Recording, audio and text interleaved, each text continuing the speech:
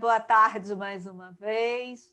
Estamos aqui novamente com esse projeto da Zero Barreiras, que é uma ideia da gente poder discutir e falar com pessoas que estudaram, às vezes, um pouquinho mais do que a gente sobre alguns assuntos, e a gente trazer para a mesa algumas questões que nos afligem e nos tocam dentro do consultório, no atendimento a pacientes, de forma que a gente possa discutir e trazer novas soluções, né? Novos approaches.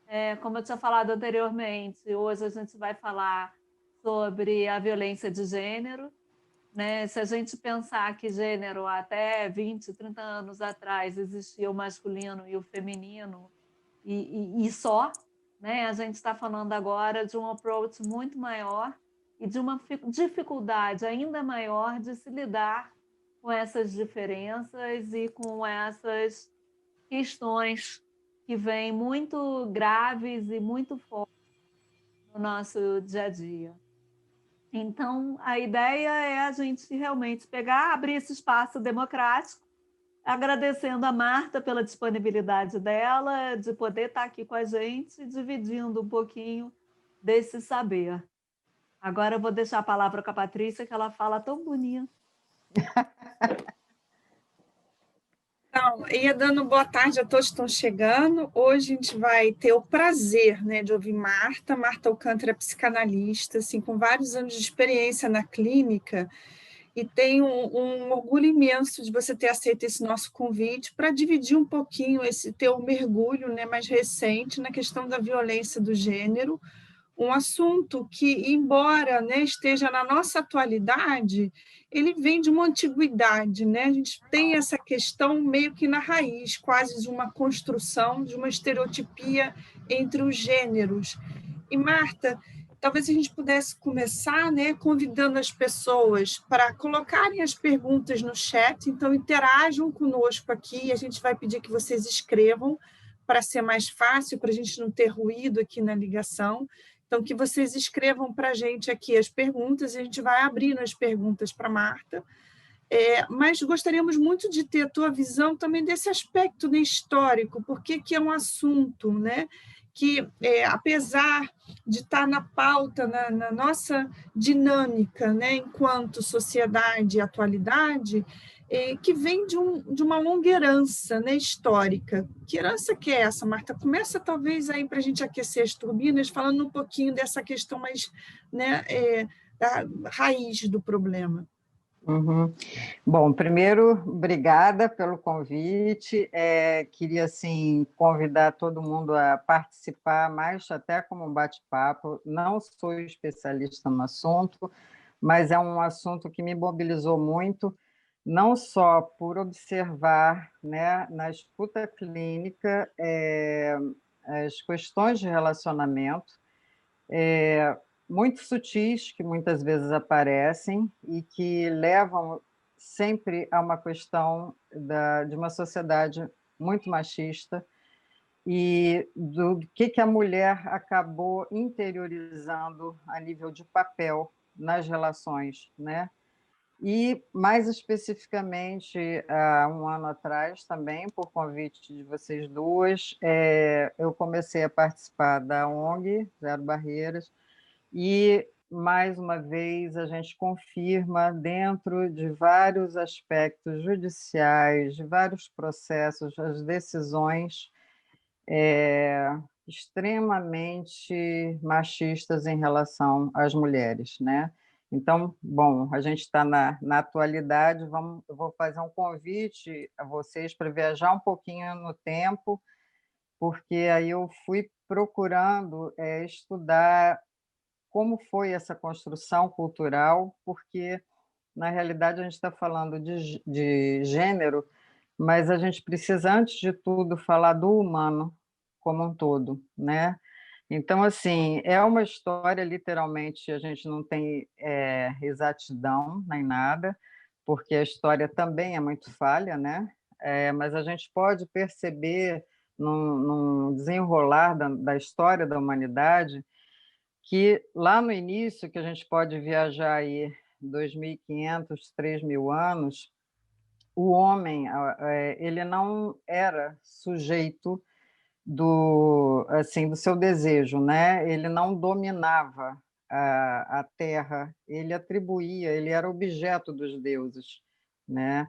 Eles faziam oferendas para obter favores, muito em função da sobrevivência, muito em função das grandes dificuldades que o homem passava naquela época.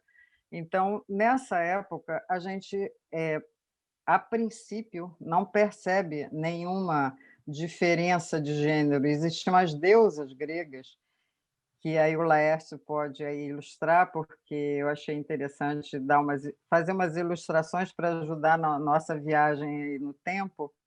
Existiam as deusas gregas, né? Afrodite, Gaia, Atenas. Então, nessa época, as mulheres eram empoderadas na figura feminina de deuses, né? Tem a outra também, que tem acho que não sei se é essa eu não lembro exatamente qual é o nome, mas é a guerreira, se eu não me engano, é Atena. Então, assim, essa época a gente consegue perceber que não existia, pelo contrário, as mulheres, a figura feminina era empoderada, né? A partir o tempo vai passando e o homem começa a perceber que ele pode ser dono, do seu desejo, ele pode exercer poder, né?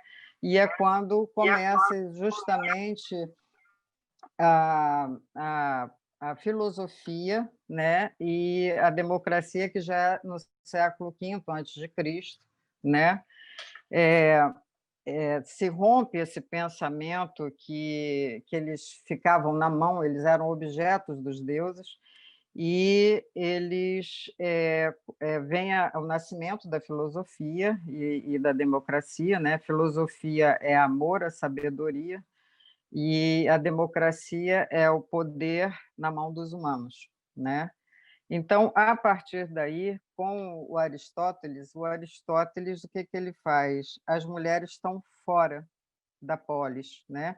Ou seja, a arena era formada, a arena da democracia era formada na cidade, no público, e a mulher estava fora disso, né? A mulher ela foi quase que banida para a ilha de Lesbos. Aí, inclusive, vem o nome de lésbica, né? Veio através dessa empurrada da mulher para essa ilha, né? E só os homens participavam, os atenienses, os gregos, de uma forma geral, os estrangeiros, né? Então, aí já a gente começa a perceber uma separação no humano, né? Dos humanos, no caso, a nível de gênero, né? Bom, tá aparecendo assim, tá. Aí ficou só uma tela, eu fiquei na dúvida. Bom, e aí, o que a gente vai passar um pouco mais na história, e vem o cristianismo, que são os gregos, os romanos, e com a tradição judaica nasce o cristianismo. E aí é quase um marco bem grande na divisão do feminino, né? Vem a figura de Eva, Eva pecadora, a Eva é a sedutora, é a que seduz, né? E então vem justamente vamos oprimir esse corpo sedutor, esse corpo perigoso, né? E, além disso, vem a figura de Maria, Virgem Maria, né? A figura literalmente pura, né? E também a figura de Madalena, a puta, né? Então, a mulher ela fica muito com essas duas vertentes, a pecadora, sedutora, perigosa, e a mãe ingênua e pura, né? Então a mulher fica muito como se tivessem só dois caminhos. E a figura da sedutora, da perigosa, ela precisava ser dominada. Precisa, por que tanto poder é esse que a mulher tinha que ela precisava ser dominada? Então, ela é mais ainda empurrada para o doméstico, para a figura de ser mãe, para a figura de ser doce, ser uma figura objeto do masculino, né? Bom, a gente vai dar um grande salto na história, porque quem fala muito bem e com uma riqueza de detalhes enorme é uma psicanalista, Maria Homem, é fantástica, mas aqui a gente vai fazer só uma passagem rápida, e a gente percebe, assim, durante o decorrer da história, algumas lendas imaginárias que também atribuem à mulher uma, por exemplo, a lenda do rei Arthur, né, a Guinevere. A Guinevere ela se casa com Arthur, não ama e acaba se apaixonando pelo cavaleiro, né, pelo Lancelot, que era o cavaleiro de primeira escala da, da confraria, né, do rei Arthur. E essa paixão também é proibida e condenada, né? Enfim, toda essa coisa aí surge a ideia também do amor cortês, da onde a mulher fica, é uma mulher distante, a mulher poderosa é uma mulher distante, é uma mulher não alcançada. Então, assim, só para ilustrar um pouco essa época, que eu estou dando aqui um grande salto, mas como isso ficava no imaginário do humano com a criação dessas lendas, tá? E uma outra também que tem até na Divina Comédia, Paulo e Francisca. O Paulo era uma pessoa que foi buscar para o irmão, em terras longínquas, a Francisca, para casar com seu irmão. E, na viagem, eles começam, durante a viagem, ele várias vezes senta com ela, lê, conversa com ela, e ele acaba percebendo que é uma mulher culta, né? E ele se apaixona por ela. Só que eles acabam sendo, ela ainda nem tinha casado com o irmão, mas é um amor condenado, né? Por ser já uma mulher que culta, uma mulher que inspirava isso, já era uma mulher quase condenada, né? E inspirou, inclusive, o irmão a trair, né? No futuro casamento, né? Enfim, a gente passa para a modernidade, tá? E o que acontece, né, na modernidade? O ser humano, por exemplo, na Revolução Francesa, ele consegue dizer, né, todos são iguais perante a lei. Nós conseguimos dizer isso, mas não conseguimos realizar. E, na realidade, não conseguimos realizar até hoje. Então, assim, o que eu penso muito e que a gente pode observar e que eu gostaria de levar aí, justamente a debate, etc., ouvir a opinião de vocês, reflexão de vocês, é que a gente está literalmente em construção, né? E é uma construção cultural, essa questão do gênero, é uma construção assim extremamente perversa, inclusive com o homem, né? Porque a gente percebe que o homem também ele introjeta papéis que ele muitas vezes ele não quer, ele não tem habilidade para fazer, e nós perdemos com isso o poder de estarmos juntos, né? Essa questão, por exemplo, do feminismo, que foi necessário, né? Daqui a pouco eu vou voltar um pouquinho para a história, mas foi necessário na década de 60 aquelas figuras feministas, 60, 70, figuras feministas, aquelas mulheres que quase que vamos nos igualar aos homens. Não, nós somos diferentes, mas somos parceiros, não é uma briga de sexo, mas naquela época precisou haver isso, né? Então, assim, vamos lá voltar um pouquinho para a história.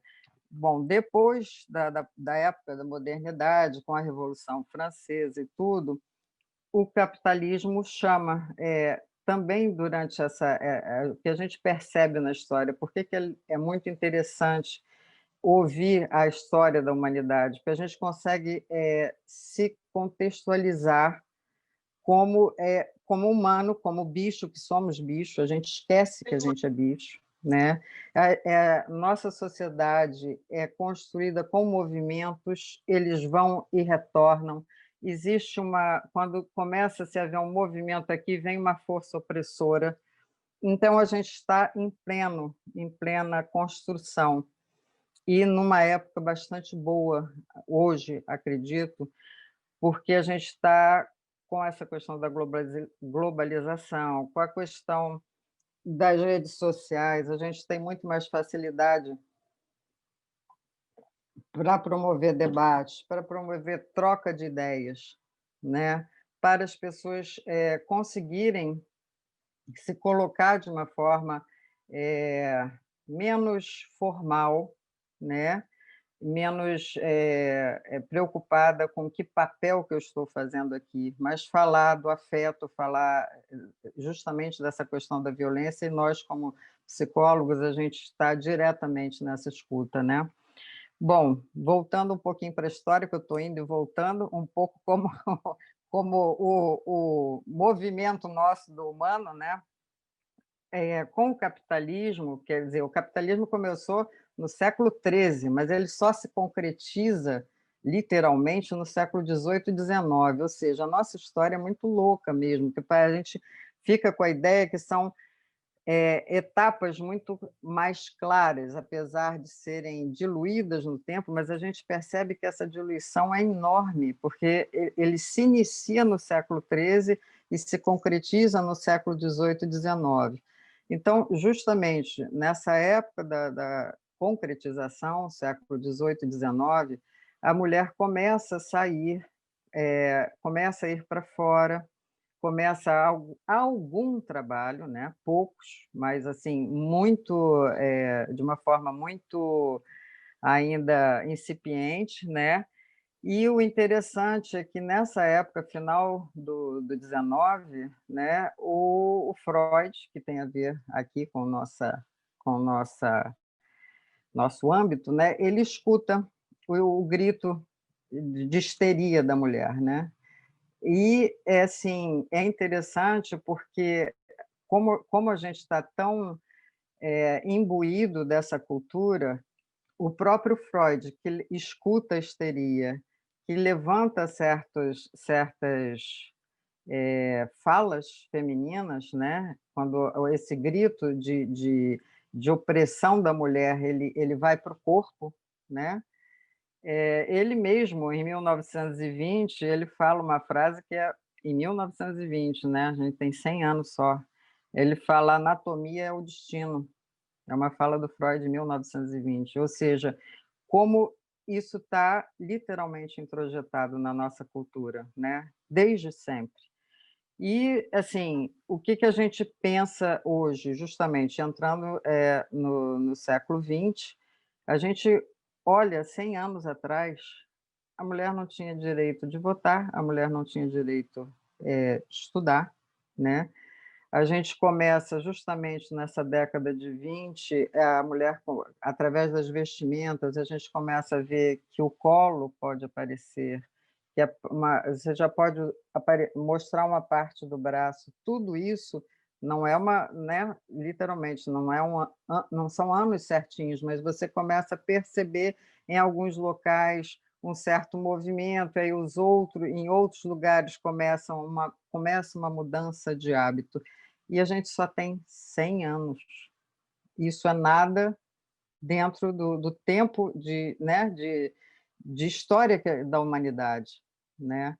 Então, assim, a revolução feminina, talvez a gente possa dizer que é a única revolução que tem dado certo.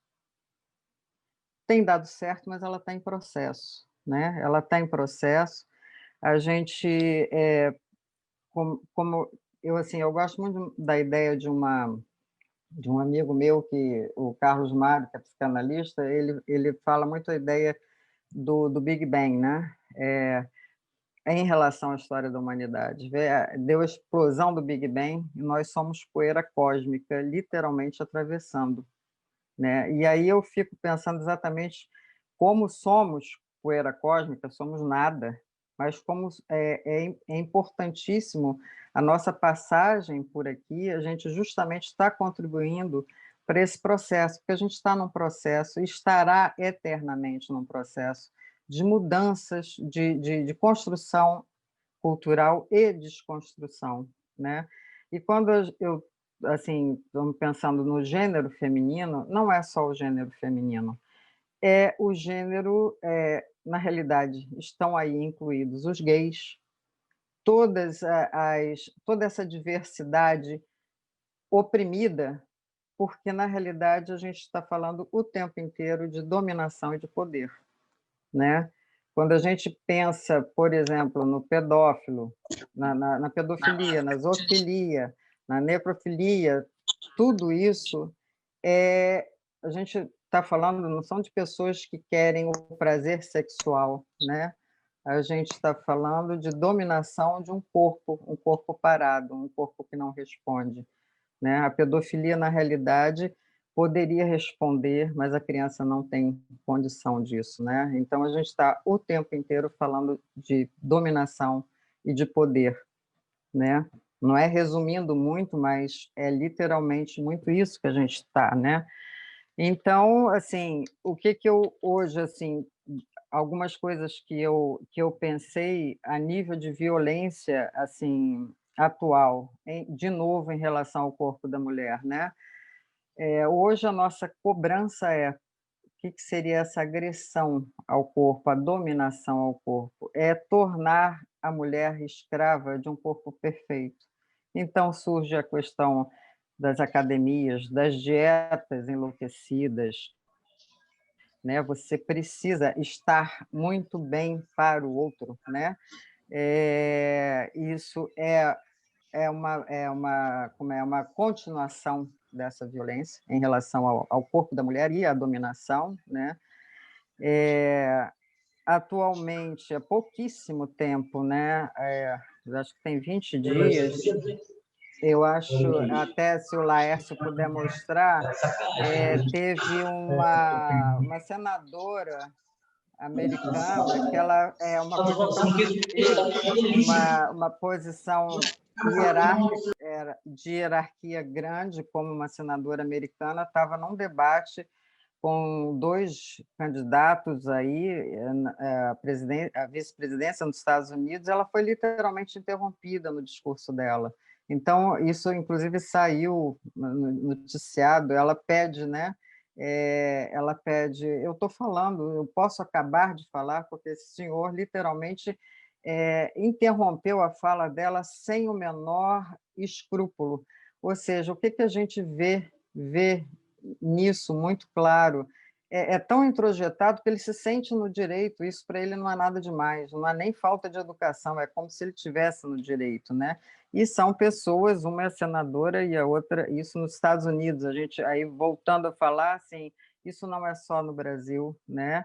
A gente aqui tem várias questões que pioram essa situação, mas isso é no mundo inteiro ainda.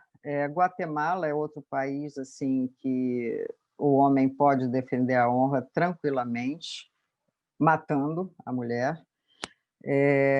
Nós temos aqui no Brasil, há pouquíssimo tempo também, o Superior Tribunal Federal libertou, né, o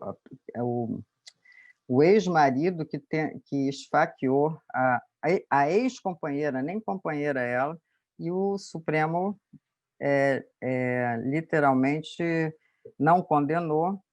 E alguns outros dados assim que eu peguei assim mais atuais para ilustrar, né? A gente tem no nosso legislativo aqui no Brasil só 15% do legislativo é composto por mulheres, né?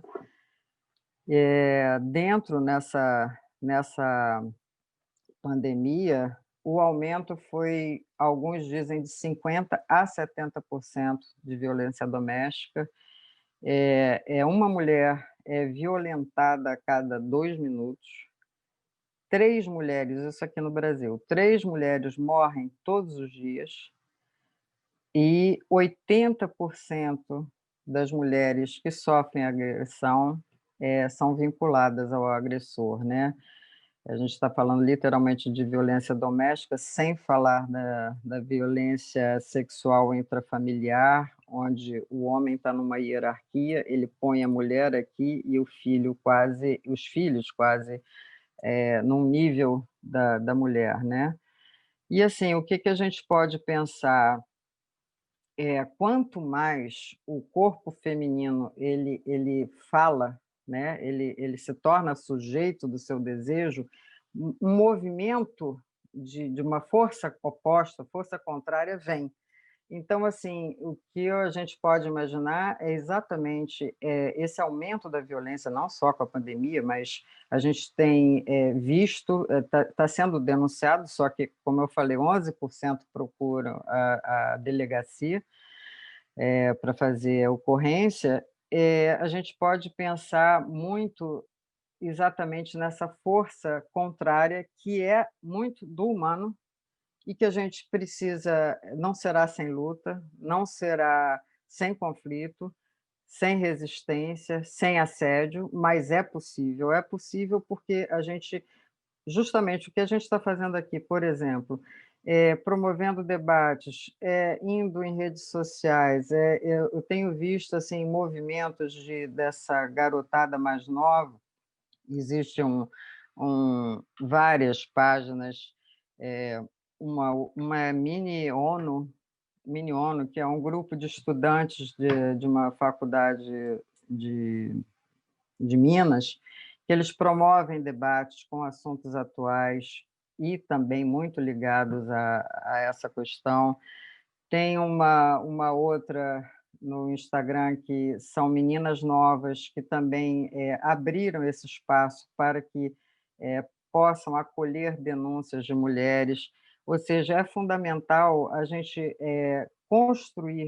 desconstruir certas crenças e fazer parte dessa nova construção cultural, principalmente porque o que eu vejo, por exemplo, nessa garotada nova, 20, 25 anos, os meninos, por exemplo, que são educados dentro de uma cultura machista, eles hoje é vergonhoso ser machista no pensamento, né?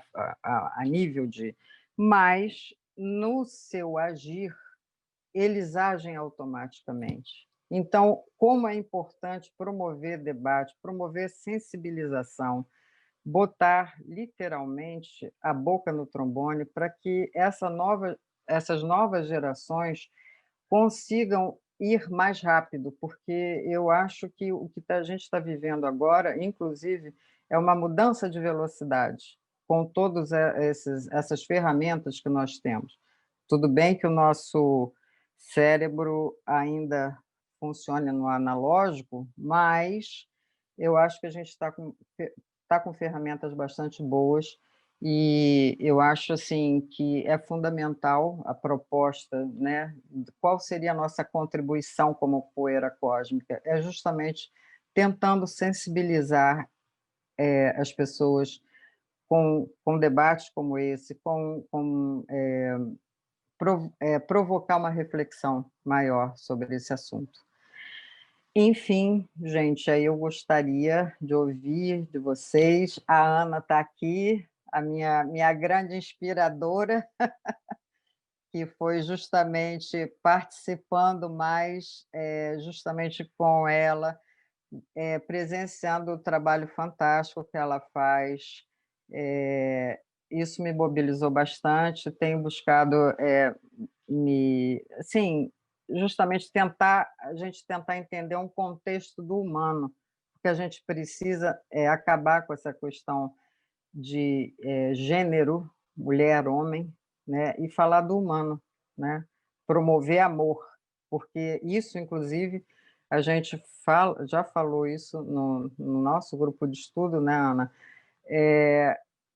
As nossas escutas na clínica, o que a gente observa muito é uma falta de amor muito grande dentro das famílias, de pessoas que literalmente, inclusive, descambam para a perversidade. Elas acabam não conhecendo outra linguagem e fazem várias vítimas, né?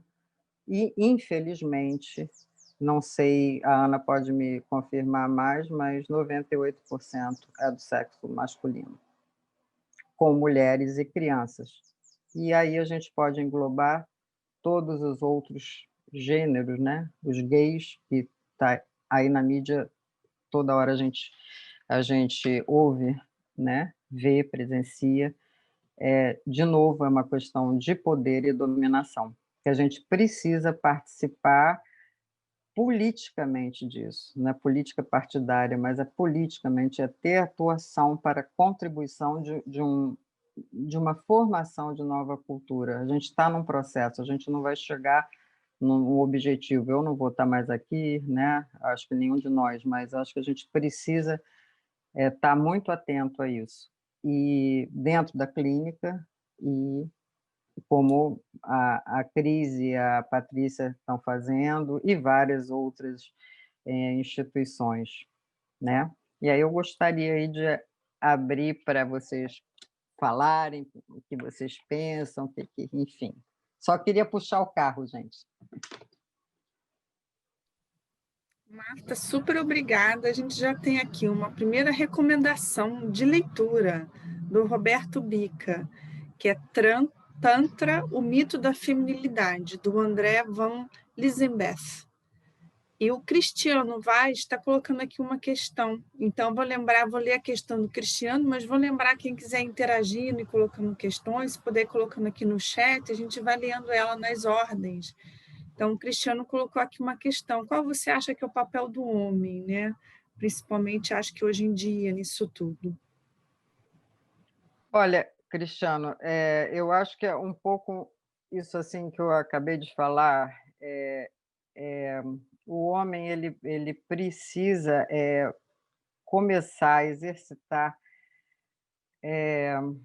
uma capacidade de reflexão a nível de comportamento, na educação dos filhos, na conversa com amigos, né?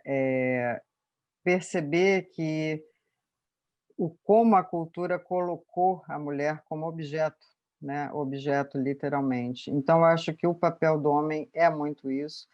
Eu tenho visto outro dia até uma pessoa, um homem que eu atendo, eu achei muito legal, né? Eles em São Paulo, eles montaram, né? Esse rapaz é de São Paulo, eles montaram um grupo pelo WhatsApp de pais, né? De pais de primeira viagem, pela dificuldade que eles têm de ser pais, né? Né? Como funcionar dentro de casa? Como é que eu posso participar? Porque não é ajudar a mulher, né? É participar literalmente. Uma outra coisa né, que eu estava falando, que além dessa opressão em relação ao corpo, uma outra forma de opressão contra a mulher bem atual é a tripla jornada, né? É trabalhar fora, é dar conta de filho e dar conta da casa. Aonde fica o homem nisso? Ele não tem que ajudar, ele tem que participar. Então, acho que o papel do homem é literalmente, primeiro, se colocar refletindo em algumas atitudes e pensamentos automáticos, como eu estava falando desses garotos de 20 anos, que ainda existe muito, né? Aliás, existe para burro, porque nós vivemos numa sociedade machista, a mulher também é machista, a mulher também introjetou isso. Eu vejo na clínica algumas falas de mulheres assim, em crises de casamento e etc., que ela literalmente ela vestiu a capa de que o casamento está na mão dela. Se ela não for inteligente, aquilo acaba. Ou seja, ela muitas vezes engole sapo porque ela precisa continuar com aquela relação. Isso ainda existe hoje, em 2020. Isso está muito introjetado em nós, né? Como a Ana bem fala, na parte jurídica, quando a mulher chega ao poder, que é meio que um papel aí do homem, do masculino, elas são de uma perversidade enorme com outras mulheres, né? Então, assim, qual o papel do homem? É uma reflexão, pensar em que é possível fazer em pequenos grupos, né? Com outros homens amigos, com os filhos homens, com as filhas mulheres, e literalmente esquecer a palavra ajudar. A palavra é participar, é estar junto, é dar força e perceber que se ele é casado, se ele está namorando, enfim, o que for, com a mãe, com a irmã, com a prima, enfim, é perceber, não é fazer a mulher de vítima, não, mas é literalmente enxergar que dentro da nossa sociedade, essa foi feito, a mulher foi feita de vítima, né? Ela acaba sendo, em mínimos detalhes. E aí, se alguém quiser aí, dar aí outra opinião. Posso me meter um pouquinho? Claro, super bem-vinda. Obrigada, super obrigada a você. Que bom estar aqui, consegui, né? Estava uma confusão e pedindo 100, não sei o quê, e eu tinha atendido paciente até ainda agora. Só complementando, Marta, você está falando coisas muito legais, né? Concordo inteiramente. Mas respondendo ao Cristiano também, além dessa sugestão que você deu, né, das conversas dos grupos, que são muito produtivos, sim, né? Mas a gente tem que pensar o seguinte: o homem, a mulher vem conquistando e o homem vem perdendo, né? Porque ele está sentindo, e a sociedade faz ele sentir perdendo espaço, né? Foi colocado um caráter de competição, né? Sim. Guerra dos sexos, e que não é isso, né? Então, ninguém acha ruim homem, não, muito pelo contrário, ninguém é contra homem, não, mas é preciso entender também pelo lado do homem, porque ele perdeu, né? Ele perdeu a identidade, ele perdeu o lugar que ele tinha, ele perdeu a poltrona dele, né? Tinha a poltrona do papai. Quer dizer, isso é literal, ele perdeu todo aquele poder que ele tinha. Alguns homens mais imaturos querem recapturar esse poder.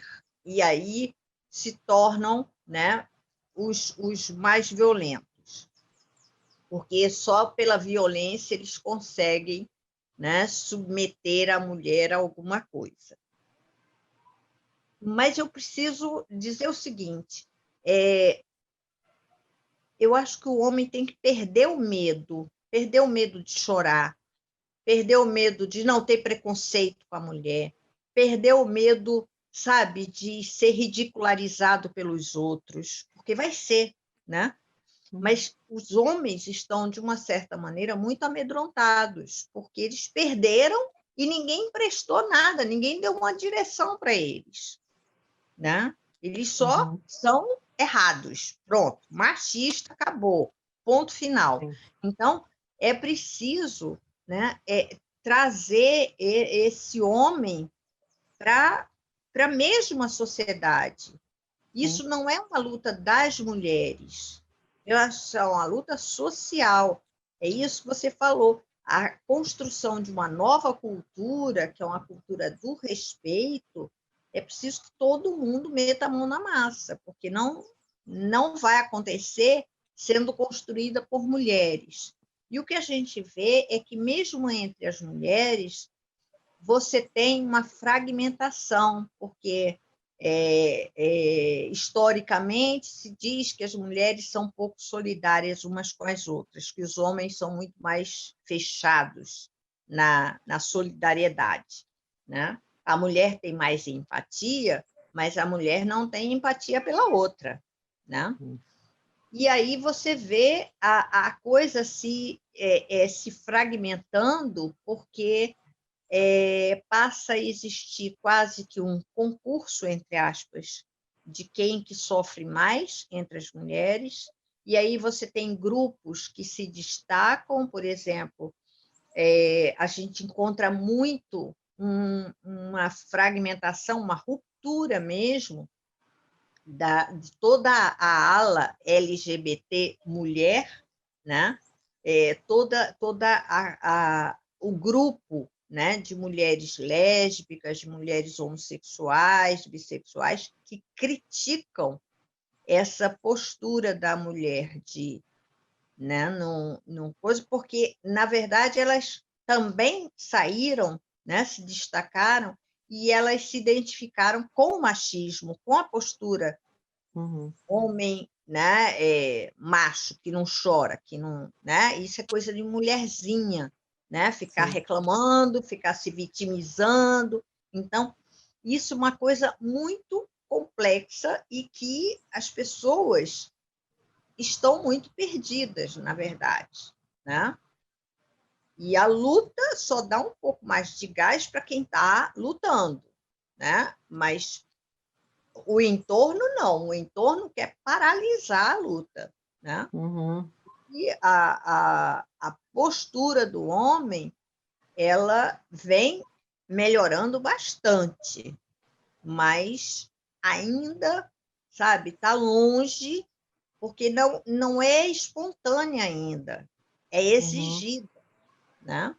O homem que ajuda é por exigência da mulher, e não porque ele se sente, né, partícipe ali da mesma mini empresa, microempresa, que é a casa, né? Ele não se sente tocado por isso, né? Se a mulher pedir, ele vai lá e faz. Mas se ela não pedir, ele vai sentar no sofá, pegar cerveja e ligar no canal lá do futebol dele. É a questão do ajuda, né? A gente tem que esquecer essa palavra. Os homens têm que esquecer a palavra ajudar. É participar. É participar, né? É se sentir comprometido com o funcionamento. Enquanto não houver isso, enquanto, por exemplo, os homens, no caminho de volta do trabalho para casa, não é o caso agora, que agora está todo mundo de home office, mas no caminho de volta para casa, se lembrar que o açúcar estava acabando e parar no supermercado para comprar, ele por ele, se lembrar que de manhã ele viu que o açúcar estava acabando. E aí ele vai lá e compra o açúcar e já chega em casa com açúcar. Não é a mulher fazer ele ajudar indo ao supermercado porque ela mandou a listinha. Não. É ele saber quando está acabando um produto e ele tomar a iniciativa de repor aquilo, né? Que isso, na mente da mulher, isso é automático. Ela aprende a fazer isso automaticamente, né? Por isso a tripla jornada, né? Porque ela dá conta dessas coisas todas. Mas os homens têm que começar a dar conta disso, né? A se integrar dessa maneira, que espontaneamente se lembre, né, do açúcar e passe lá no supermercado e compre, né? Então, eu acho que a gente precisa, sabe, convidar muito os homens a refletirem, como você está sugerindo, a pensar uma outra maneira de ser humano, né? De ser humano não é ser humano, é de ser humanizado. Ana, quem eu acho... Desculpa, Marta, deixa eu só dar uma complementada. Quem eu acho que fala isso muito bem, não sei se vocês assistiram o documentário A Juíza, da juíza da Suprema Corte Americana, que faleceu recentemente, e que foi uma pessoa importante na luta das mulheres. Roosevelt, alguma coisa assim. E ela se pretende, para não ficar numa briga política feminina, ela entra em defesa de minorias. Então, um dos primeiros casos que ela pega é uma mulher que estava nas Forças Armadas e essa mulher não tinha direito à casa. A ideia de ter direito à casa era só dos homens. Os homens tinham esse benefício e as mulheres não. E ela entra e faz todo um case em relação a isso. Rapidamente, ela pega um outro caso que é super interessante também, de um homem que fica viúvo porque a mulher morre no parto. E por que ele fica viúvo? Ele decide, então, que ele vai ficar em casa cuidando do filho, mas ele não tem o direito ao benefício de ajuda à mãe solteira, porque ele é pai solteiro. Então, pai solteiro não tem direito a esse benefício. E aí ela começa a mostrar esse contraponto, onde, na verdade, o que ela está ali é realmente para trabalhar a igualdade, que é o que vocês estão falando. Não é para proteger a mulher. É realmente para que a gente tenha direitos iguais. Que lembra o açúcar porque você come açúcar também. Não é porque eu não sou a dona do açúcar nem a dona da despensa. A verdade é papel de todos contribuírem dentro do lar para que aquilo se construa. É super interessante esse documentário, ele está no Telecine e no Globoplay. Eu acho que vale a pena a gente ver até para uma próxima discussão, porque é muito bacana mesmo. Uhum. Patrícia, o nome dele? a juíza. Ruth Bader Ginsburg. Eu acho que é isso que o Cristiano deixou aqui. A gente também teve já sugestão de 2 documentários também. Então, só para deixar aqui, o Paolo colocou também que era legal a gente falar sobre isso, sobre essa coisa do homem não chora e etc., né? A gente vê o documentário O Silêncio dos Homens, que está no YouTube, e ele diz também ser interessante, né, pelo que eu estou entendendo. E a Riane colocou aqui também sobre todas as imposições do machismo aos homens. Ela recomenda o documentário The Mask You Live In, que está disponível no Netflix. E eu ia voltar com mais uma questão para a Marta, que é da Ágata. Ela está colocando aqui que a Djalma Ribeiro fala que as mulheres brancas são discriminadas por serem mulheres, mais privilegiadas estruturalmente por serem brancas. Você poderia comentar um pouco sobre a questão do gênero, raça e cor, né? Raça/cor. Bom, assim, o que eu penso generalizando um pouco, todo lugar de fragilidade. E, evidentemente, o racismo ele é um problema que acrescenta na questão do feminino de uma forma assim enorme, né? O racismo ele existe, bom, no Brasil ele é muito bem claro hoje em dia, graças a Deus está se falando isso, mas eu vejo muito um racismo também social, no sentido quer dizer, no sentido financeiro, né? Que é um pouco diferente do racismo nos Estados Unidos. Agora, a mulher negra, com certeza, ela ela recebe essa carga ainda mais, por ser mulher e por ser negra. E não tiro daí, como já tinha pensado, quer dizer, falado, os gays, todo o lugar que precisa ser oprimido, né? Seria isso, mais ou menos, tá? Tem uma outra questão aqui que eu acho que é fantástica para a gente começar aqui, fechando nossa conversa tão rica, né? Dá vontade de continuar. Mas qual é o desafio, né, de acolher hoje na clínica uma pessoa que chega com os impactos dessa violência? Como é que você recomenda, que é um pouco que eu estou pegando o que a Kelly escreveu e transformando um pouquinho numa pergunta, né? A gente tem visto isso crescer, chegar no consultório, e assim, como é que você recomenda, né, uma estratégia terapêutica? Olha, Patrícia, o que me vem assim primeiro à cabeça fundamentalmente acolher essa vulnerabilidade, né?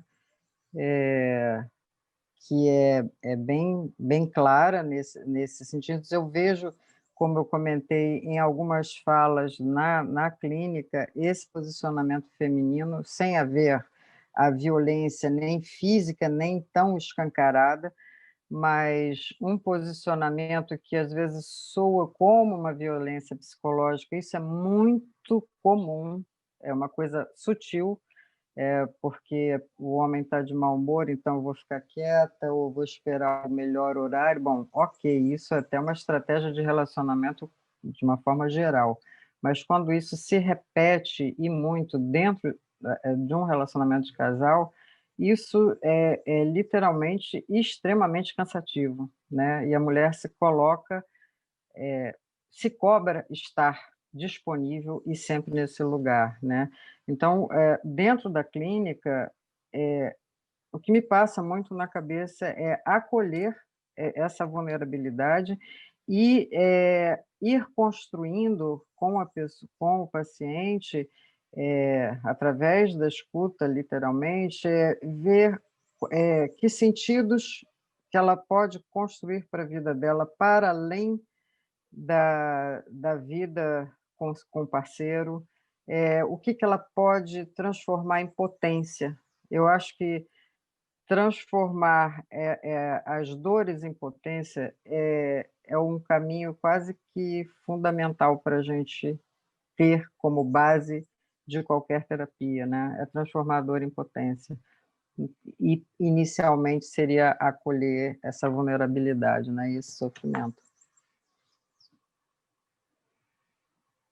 Nossa, Marta, acho que assim, a gente podia falar a tarde inteira aqui sobre esse tema, porque, né, o quão difícil é a gente partir, né, desse lugar de vulnerabilidade para fazer dessa cicatriz, né, dessa marca, uma fortaleza.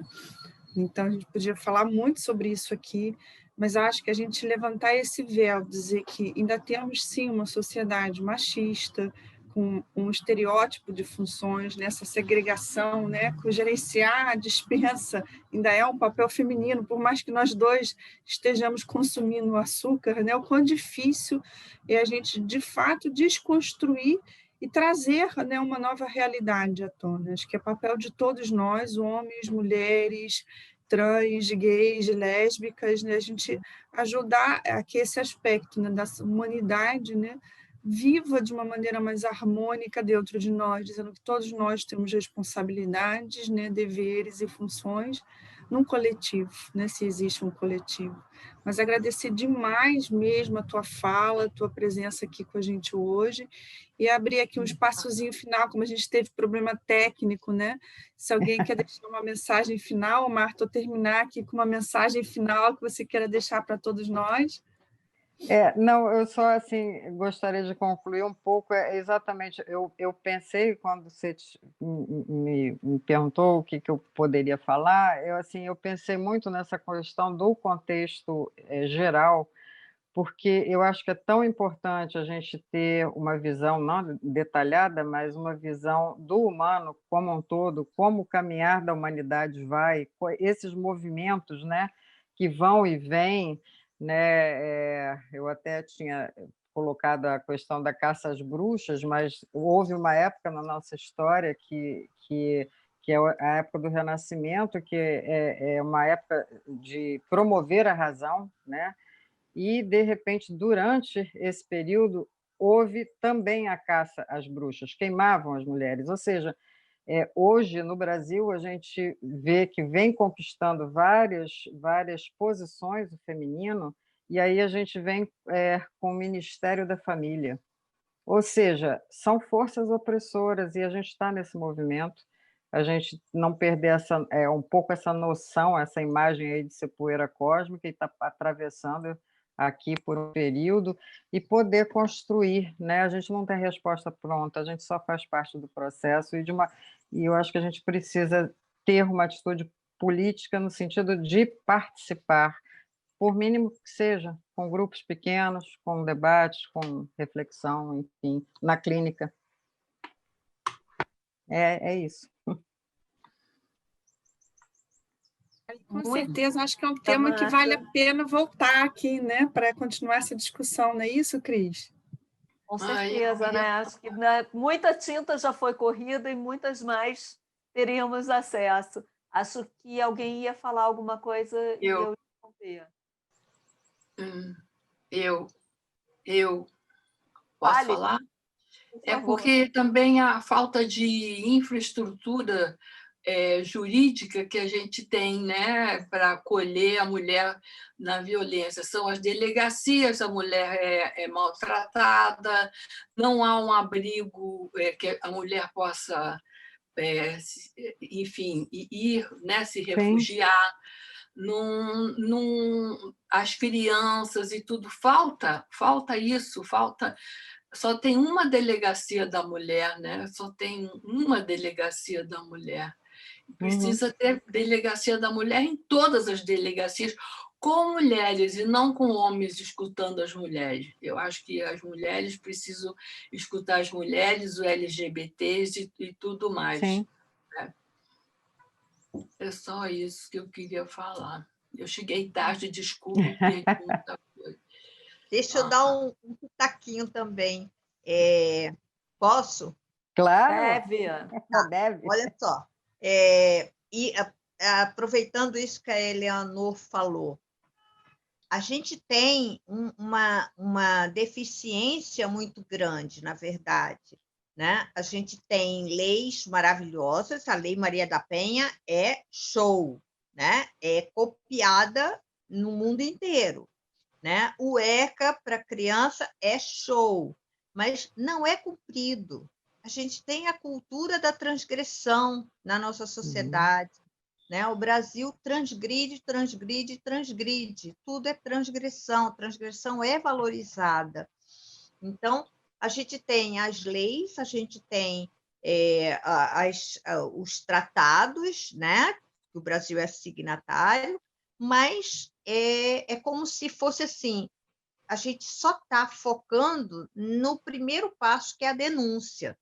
Né? Depois de denunciar, pronto, é como se acabou, já foi resolvido. Não foi resolvido. Né? E aí a mulher não tem para onde ir, a mulher não tem, não tem nenhuma sustentação, não existe uma rede de apoio. Não funciona, nada funciona. Até tem uns títulos por aí, mas não funcionam. Né? Então, a gente vive muito uma sociedade, eu costumo dizer que é do faz de conta, que é de papelão, uma sociedade cenográfica, que é cenografia pura, é como se fosse rodar uma novelinha de quinta categoria. Então, sabe, é tudo de papelão, porque não funciona, não funciona. Tem delegacia de mulher, tem a Lei Maria da Penha, mas efetivamente não existe delegacia de mulher, não existe plantão. Tem uma delegacia e funciona de segunda a sexta, fecha às 6 da tarde na sexta-feira, quando a gente tem uma incidência enorme de espancamentos durante o final de semana, à noite. À noite as mulheres são muito mais agredidas, né? A violência acontece muito mais à noite, nos fins de semana as delegacias estão fechadas, né? Da mulher. Então, você tem, sabe, toda uma invalidez social muito grande. E eu acho que a gente precisa prestar muita atenção para ir para além do denuncismo. Precisa denunciar, sim, mas é só o primeiro passinho. A gente tem que fiscalizar, a gente tem que levar para a corregedoria, a gente tem que continuar trabalhando, acompanhando, né, os casos, né? Porque a gente sabe que, por exemplo, a subnotificação é avassaladora, né? Então, esses índices que a Patrícia leu, né, ou foi você, não sei mais quem foi que leu, né? A cada 3 minutos a mulher apanha, né? Então, esses índices ainda são muito subnotificados, porque esses índices são em cima das denúncias, das notificações. E quantas não vão até lá? Por quê? Porque tem medo, porque sabem que não vai dar em nada, né, que, enfim, estão vendo aí, né, como que a justiça trata esses casos. Então, isso tudo a gente precisa trabalhar, continuar trabalhando para além da denúncia, né? Senão a gente Sim, fica enquanto só... não houver essa tratativa posterior, a verdade é que vai ter subnotificação, Isso, né? Sim, O exatamente. medo Uhum, do que vai vir depois da denúncia é sempre exatamente, infinitamente pior do que a paulada que ela toma agora, né? Porque ela exatamente. vai vir uma contrapartida à denúncia infinitamente mais forte. Se ela não for protegida, não adianta de nada. Uhum. Muita tinta ainda tem que correr, muita lábia teremos que gastar até que a Isso. sim, gente consiga, Muita insistência, muita. sem muito. dúvida, para que a gente consiga criar uma sociedade mais justa e que realmente tire do papel as leis, porque as leis são belíssimas, desde que elas funcionem, Aham, desde que elas nos levem, de fato, a algum lugar. exatamente. Já passamos do tempo. Marta, mais uma vez, muito obrigada. Ana, Eleanor e todos os outros que participaram. Obrigada a vocês. Obrigada. Vamos Obrigada, Marta. voltar daqui a 15 dias com mais um tema e convido a todos que participem, porque isso é super importante, né? A gente é uma profissão extremamente solitária. Se a gente não puder Sim, discutir, Isso. debater, contribuir, é difícil, né? A gente vai ficar é, isolado no nosso cantinho. E esse isolamento ele faz com que a profissão fique ainda mais difícil. é a mais pesada. Uhum. Com certeza. Gente, beijo grande, muito Para obrigada. vocês também, E obrigada. até amanhã. Voltamos. Até amanhã. Tchau, tchau. Muito Tchau, obrigado. tchau. Até mais tarde. Tchau, tchau. Tchau. Tchau, tchau.